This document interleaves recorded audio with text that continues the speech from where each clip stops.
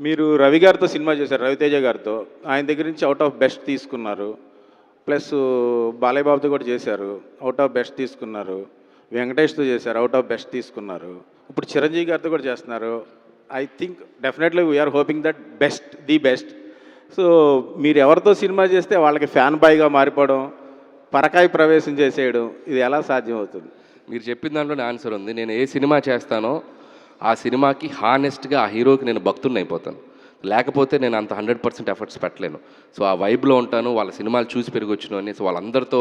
And that వాళ్ళతో నేను mingle అయ్యే ప్రాసెస్ కూడా చాలా డిఫరెంట్గా ఉంటుంది. చాలా ఫ్రెండ్లీగా వాళ్ళకి కంఫర్ట్ ఇస్తూ. సో తెలియకో తెలుసో తెలియకో వాళ్ళు చేయాల్సిన దానికంటే ఇంకొక 100% బెస్ట్ చేస్తారేమో నా feeling. Because of that vibe, వాళ్ళతో నేను ఉండే విధానం, నా బిహేవియర్ అవ్వచ్చు, ఇంకోటి అవ్వచ్చు, వాళ్ళకి నా మీద ఉండే ప్రేమ అది డబల్ అయ్యి అది వాళ్ళ యాక్టింగ్లో కూడా కనపడద్దని నేను నమ్ముతాను. అంటే వాళ్ళకి నేనేమి నేర్పేదేమి లేదు, వాళ్ళ దగ్గర ఉన్న బెస్టే నా దగ్గరకు వచ్చినప్పుడు ఇంకా బెస్ట్ అవుతుంది.